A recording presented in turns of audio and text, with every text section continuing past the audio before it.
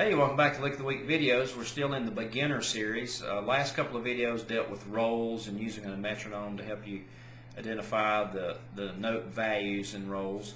Since we've dealt with the right hand in the previous couple of videos, let's take a little time to look at some of the things we'll do with the left hand. For me, there's only two things you're going to do with the left hand in our kind of banjo playing. One of the things is to actually fret notes somewhere, be they notes of a chord or a single note or maybe a couple of notes out of a chord, but you're doing fretting operations with the left hand. The other primary purpose of the left hand on the banjo fingerboard is to play ornaments, and ornaments are the things that we know as slides and pull-offs and hammers and chokes or bends, push-offs, pull-offs. All those things for me fall under the category of a term called ornaments. And what you do basically with slides and hammers and pull-offs and chokes is you're either trying to emphasize a note, be it a note of a melody that you're trying to bring out, or it's just something that sounds good that adds flavor to what you're trying to do. Let's say you're trying to play a new lick and you want to jazz that lick up or spice it up slightly. You could do something like a pull-off or a slide or a hammer and kind of make it a little more exciting. So let's look at some of the basic ornaments for the left hand. Now, slides are obviously the ones that most people start with, because if you think about most of the first tunes that people learn to play, most of those simple songs have slides. Like Cripple Creek has the slide from 2 to 5 on the first string. So most people, even from the early stages of learning to play bluegrass banjo, are familiar with the concept of a slide.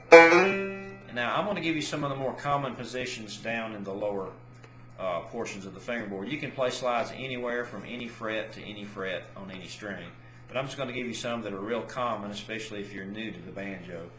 2 to 5 on the 4th string is a good slide. One that's commonly heard.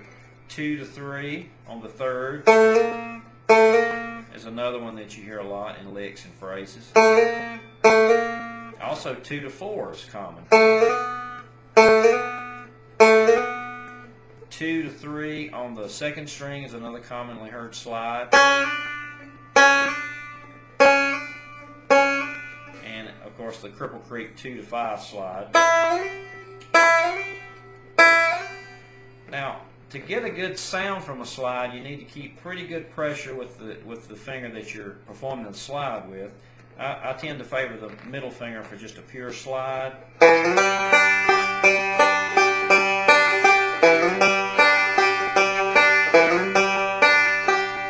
So even if a slide is in a roll pattern like that, I tend to favor the middle finger, but it goes more to what you're going to play after the slide, so you may choose to use a different finger if you've got something else in mind later after the slide. So fingering's really not as important as getting good tone.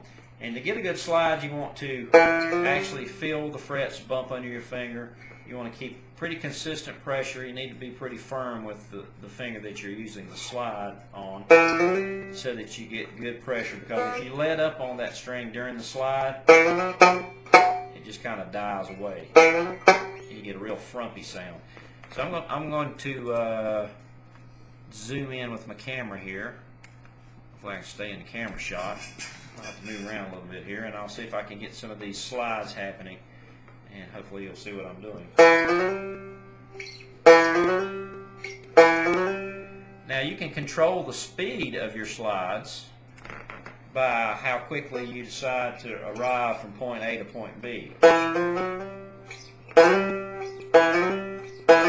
So slides will have durations just like the notes. So you could have a note that's a slide or a slur, a slide that's an 8th note or 16th note or quarter note, dotted notes. They have the same time value. So be conscious of, when you do a slide, how long do I want this slide to last?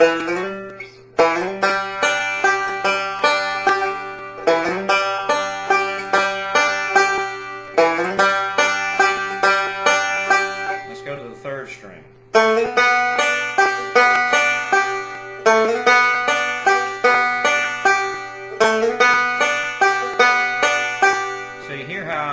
incorporating those slides into my roll patterns. But just for practice purposes, you don't have to play a roll at all or play any part of a song. Just practice the slide itself. And sometimes I'll play on the nail, which is the term that Earl coined back in the 50s, playing on his nails. By pressing the tip of your nail up against the string that you're sliding across, you get a little extra sizzle. So sometimes I find, especially on the smaller diameter strings, these strings down here, if I need a little extra pizzazz, I want that slide to be a little more crisp, I'll use the edge of my fingernail, but you don't have to do that.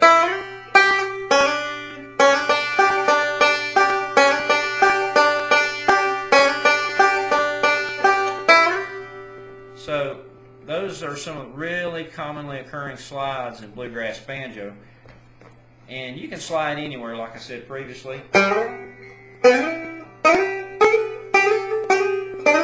But, you know, when you learn to play these things in bluegrass banjo, there tend to be patterns that emerge. You see players doing the same slides and the same licks, using the same slides in the same versions of songs. So there becomes what I'll say is established patterns for where to do slides. So you try to copy those so that you get good at them. But once you're good at those, then you can kind of do what you want. You can slide backwards. You know, these have been forward slides going from lower frets to higher frets. But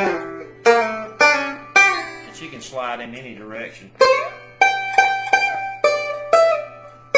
Now, the farther you go up the neck and the smaller the string that you decide to play a slide on will greatly impact how well you hear it, how much sustain it has, and how full the tone is. So as a general rule, as you go up the neck, this is up, and you try to do slides on the smaller strings, like the first string, you have to really work on your technique, the right hand power, left hand fretting, so that you get a little extra power out of it, because the slides will tend, these smaller strings have rapid decay anyway, so the slide will tend to just disappear, you know, pretty quickly if you don't learn how to tame that string. And that's another advantage of playing on your nails sometimes as you go up the neck. Using the fleshy part of your fingertip tends to deaden the string a little bit up the neck more than it normally would. So that's another advantage of learning to play on the edge of your fingernail.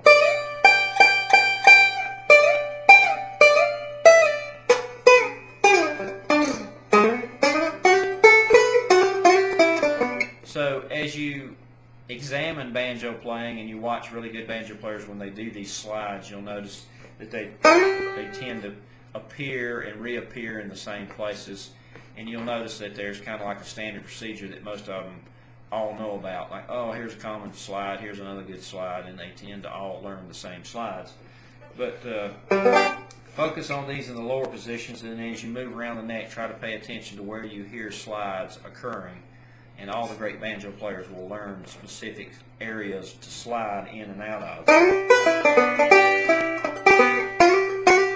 But concentrate on getting good tone from the slide, using good technique with the left and right hand. Use good pressure with the fretting hand. Try the tip of your fingernail to get a little extra sizzle out of the note. And watch the duration of the notes, so that when you learn to slide, not only will you have to concentrate on getting the slide to sound good, but you need to be conscious of how long should that slide last, because you don't want to use the slide in the middle of a roll pattern and have that slide discombobulate or throw the timing off of the whole roll that you're trying to play, because then it would be a bad thing. So work some of these roll patterns that you already know, the standard roll patterns, and maybe try to put a slide in a couple places.